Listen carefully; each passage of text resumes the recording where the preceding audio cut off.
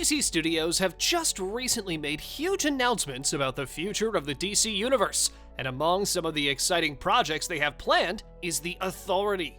This surprise announcement made many comic book fans super excited for the future, and even though this feature film is very early in development, we can't help but dive deeper into what it's going to be about. After months of fans speculating what could be next in the DCU, James Gunn and Peter Safran, the co-CEOs of DC, revealed a brand new slate of movies and TV shows that are coming. In a short video, Gunn managed to let us in on what to expect to see. The list includes 5 feature films and 5 TV series for HBO Max, headlined by 2 Batman movies and a Man of Steel reboot titled Superman Legacy, set to release in 2025. Although these superheroes are wildly familiar among the DCU, Gunn also revealed that there will be a lot of new superheroes added to the DCU, some of which we never expected to see on the big screen. Gunn and Safran revealed they were setting up an 8 to 10 year plan for the DCU, and their first chapter will be called Gods and Monsters. Among the wave of announcements that DC Studios has offered to redefine the future of its new cinematic universe, there are some adaptations of works of undoubted prestige in the world of comics. Among them is The Authority, one of the most famous works by Warren Ellis, in which he turned an established universe upside down. When Gunn announced this project, he said that it was a passion project for him and aims to offer a very different version of what it means to be a superhero. You know, our jobs is to come in and make sure the DCU is connected in film. The Authority is a part of DCU Chapter 1, Gods and Monsters, and stars a more aggressive team of heroes. Gunn shared his excitement for this film, saying that he's been working closely with the writers, figuring out how to put it all together and create the story. So far, even though Gunn said that they are working on a script, he hasn't revealed who the writers will be for this movie. But we know that this project will be focused on introducing new characters to the revamped DCU.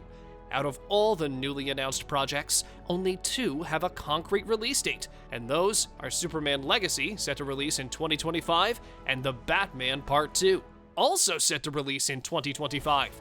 Due to the lack of information surrounding The Authority, it's unclear whether this movie will be released between the already confirmed movies, or if it will be released further down the line.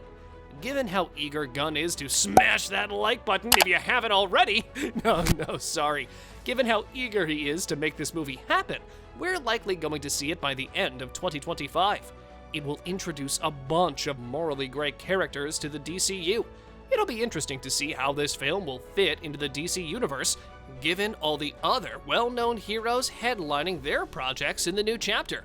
On the other hand, the DCU is expanding, and with that, the need for new characters is crucial. The Authority could potentially introduce a new set of characters that will likely stay in the DCU for a long time, and eventually turn this movie into a successful franchise in the future.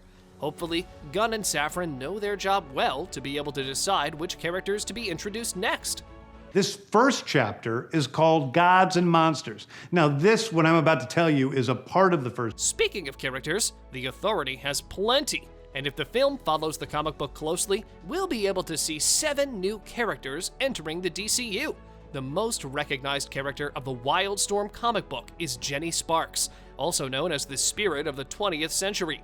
She's also the founder of the Authority and their leader as well. She can control electricity and is essentially ageless. Among the other superheroes, we also have Jack Hawksmoor, or the God of the Cities, who possibly has the most interesting superpower in the entire DC history. He can draw energy from the cities, which enables him to communicate with them.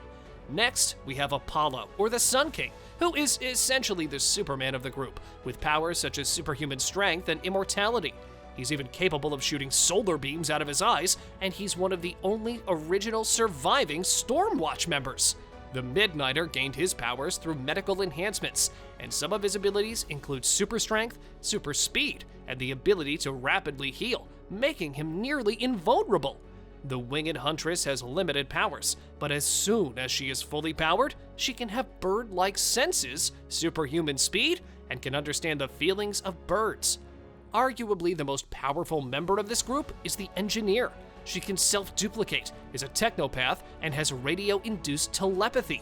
Next is a big movie called The Authority. The Authority is a passion project of mine. It's based. When this movie happens, we do expect to see each member of this team appear on the big screen, as they can't be called the Authority without a few members. These superheroes are more violent and gritty than the classic superhero teen book. The comic book series was originally a creation of Wildstorm Comics before their acquisition by DC Comics. Each of these characters was created in 1999 by Warren Ellis and Bryan Hitch, and when the comic series was released, Wildstorm comic was already DC Comics property.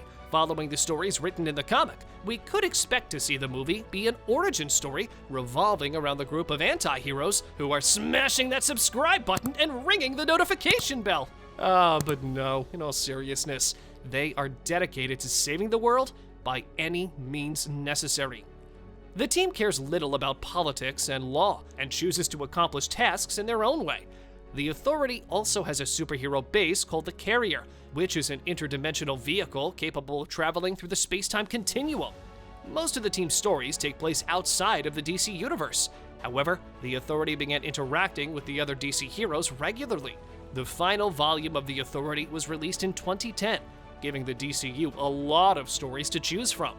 Our best guess is that this movie will be an origin of how the team got together and what forced them to fight the world, disobeying the law and taking matters into their own hands.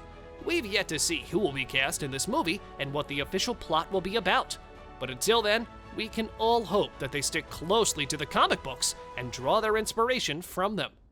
The Authority are a group of superheroes who think the world is broken and they want to fix it by any means. Many have wondered how the Wildstorm universe entered the DCU.